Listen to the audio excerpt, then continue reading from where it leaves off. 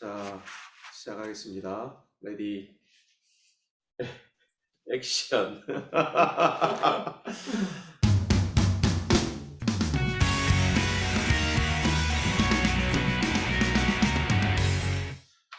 네, 평화 만사, 공존 일상 가운데 평화를 이야기하는 사람들이 필요하다라는 주제를 가지고 이야기를 하겠습니다. 우리가 공존을 생각함에 있어서 애시당초 우리가 이야기를 했지만 위드 코로나 바이러스와의 공존을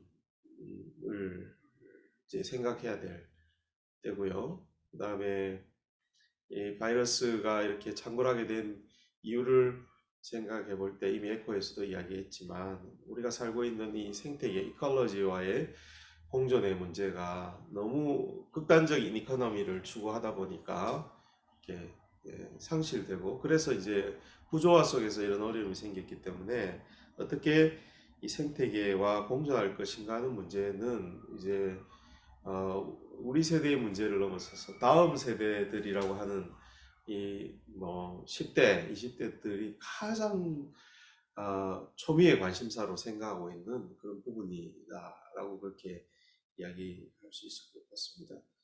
그리고 이제 이 비대면을 통하여 사람과 사람 사이의 단절을 극단적으로 경험하고 있고, 또 부자 나라와 가난한 나라의 단절도 경험하고 있는 이런 인간 상호 간의 단절의 문제, 국가 간 전 지구적인 어떤 격차의 문제, 이런 문제를 해소하는 것도 이 코로나 시대 혹은 코로나 이후 시대의 중요한 과제라고 그렇게 생각이 되는데요. 그런 점에 있어서 우리 성경이 이야기하고 있는 바 평화를 이루는 사람들이 필요한 시대가 되었다라고 그렇게 말씀드릴 수 있을 것 같습니다. 마태복음 5장 9절에 평화를 이루는 사람은 복이 있다. 하나님이 그들을 자기의 자녀라고 부르실 것이다 라고 그렇게 이야기를 하고 있는데요. 이 하나님의 자녀라고 부르심을 받을 사람들, 평화를 이루는 사람들에 대해서 좀 생각을 해 보려고 합니다. 자녀는 아버지를, 부모를 닮습니다. 형상을 닮는다고 그렇게 이야기를 하죠. 그래서 오죽하면 발가락이 닮았다라는 소설에는 자녀가 자기의 닮은 것이 없어서 안타까워서 발가락이라도 닮았으면 좋겠다는 그 심정이 들어가 있는데요. 하나님의 자녀로서 우리가 이 하나님의 형상을 회복하는 것이 필요한데, 하나님과 이 단절되어서 그 하나님의 형상이 일그러져 있던 그런 데서 그 일그러진 하나님의 형상이 다시 회복되는 그 그림이 성경 전체의 그림이라고 그렇게 이야기를 할 수 있을 것 같습니다. 그래서 하나님과 화해한 하나님의 형상, 하나님의 자녀, 하나님의 백성, 평화를 이루는 사람들이 필요한 시대다. 평화의 추구야말로 하나님과 화해한 하나님의 자녀들의 표징이라고 이야기할 수 있을 것 같은데요. 이런 평화를 이루는 사람들을 한 세 가지 어떤 모습으로 볼 수 있을 것 같습니다. 우리 앞서 문제 제기한 피조세계 생태계와 공존할 수 있는 생태계와 평화를 이루는 사람들이 필요합니다. 이미 일상학교와 에듀컬 코인론에서 이야기한 이 문제, 집이 무너진다. 오이코스, 우리가 살고 있는 집, 우주가 무너지게 되면 사실은 인간을 비롯한 모든 것들이 다 공멸하게 되는 것이죠. 그런 점에서 이 에코시스템과 그다음에 이 경제 시스템을 같이 놓고 생각을 해야 됩니다. 신자유 경제 체제를 아무리 추구한다 하더라도 우리 집이 무너지면 모든 것이 무너지는 것이죠.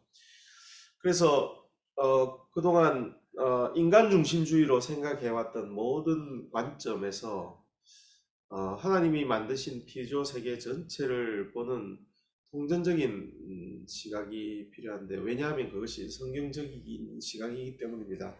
골로새서 1장 20절에 세 번역 보면 그분의 십자가의 피로 평화를 이루셔서 그분으로 말미암아 만물을 땅에 있는 것들이나 하늘에 있는 것들이나 다 자기와 기꺼이 화해시켰습니다 라고 말하고 있습니다. 마찬가지로 로마서 8장에서도 피조 세계가 지금 구원을 기다리고 있다. 피조물은 하나님의 자녀이 나타나기를 간절히 기다리고 있습니다. 모든 피조물이 이제까지 함께 신음하며 함께 해산의 고통을 겪고 있다는 것을 우리는 압니다. 라고 그렇게 이야기를 하고 있죠. 일상생활 사역연구소는 리존 구조 중에 하나인 에코를 통해서 이 피조세계와 평화를 이루는 것이 구체적으로 어떤 것인지를 배우고 있는 상태입니다. 이미 일어나고 있는 생태주의, 퍼머컬처 운동을 비롯한 인식전환과 텃밭 만들기, 제로웨이스트 운동 등 작지만 구체적인 일상적 실천을 통해서 피조세계와 평화를 이루는 사람들, 피조물 전체가 공존이 가능한 세계를 꿈꾸는 그런 평화를 만드는 사람들을 지향하고 있는 것입니다. 두 번째로 우리 일상 속에 가정, 이웃, 공동체 사람들과 평화를 만드는 사람들이 필요합니다. 에베소서 2장에 보면 그리스도는 우리의 평화이십니다. 그리스도께서는 유대 사람과 이방 사람이 양쪽으로 갈라져 있는 것을 하나로 만드신 분이시다라고 그렇게 말씀하고 있습니다. 로마서에서도 고린도후서에서도 바울 사도는 사람들끼리 공동체 안에서 가정이든 이웃이든 공동체 안에서든 화평하게 지내라고 그렇게 권면하고 있는 것이죠. 그래서 가까운 이들과 일상 속에서 대화하는 법부터 우리는 배워야 할지 모릅니다. 평화를 만드는 사람들이 되기 위해서 우리는 아이메시지를 사용하는 법을 배워야 되고 의사소통하는 기술을 익혀야 합니다. 다 알고 있는 것 같지만 사실은 가장 가까운 사람들에게 이것이 잘 되지 않는 것이죠. 그리고 또한 도처에 있는 사람들 사이에 있는 갈등 관계들을 회피하지 않고 어떻게 그것을 화평의 관계로 만들 수 있는지 갈등 전환에 대해서 생각해 봐야 합니다. 평화를 만드는 사람들이 이런 지점에서 공존하는 법을 익히도록 도울 수 있을 것입니다. 좀 광범위하게 생각했을 때 평화를 만드는 사람들은 사회와 국가, 세계의 정치적인 평화 문제도 생각해야 된다고 여겨집니다. 기울어진 운동장에서는 언제나 힘이 있는 사람들이 힘이 없는 자들의 안전과 생존의 가능성을 박탈하는 시스템이 가동되고 있습니다. 그렇게 되면 평화라는 것은 불가능합니다. 평화라는 이 화자가 그 벼화자에 입구자가 들어가는 것이거든요. 벼가 입에 다 잘 들어간 상태. 그래야 평등하다는 것이죠. 평화를 누린다는 것이죠.